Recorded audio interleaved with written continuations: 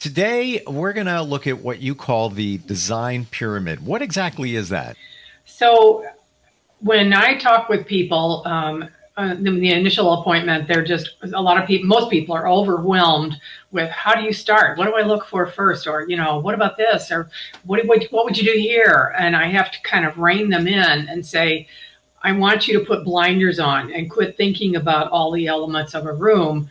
We have to start somewhere, and we're going to start at the base of a pyramid. If you think about design as a pyramid, the base of a pyramid is the largest part of the pyramid.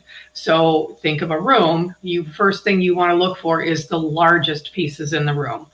Once you've looked for those, then we build our way up to the tiny stuff at the top. So if I tell them that, and one of the first things I say is pretend you've got blinders on, because they will say, we'll choose a sofa, and then they'll say, well, what kind of lamp would we use? I'm like, we're not at lamps yet.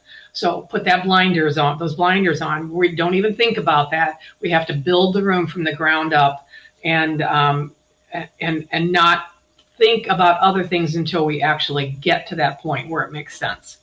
So that's how I start out. And this works for people if you don't have a designer or don't want to have a designer, or you're just doing something on your own. This is a great way of not being overwhelmed by all the choices.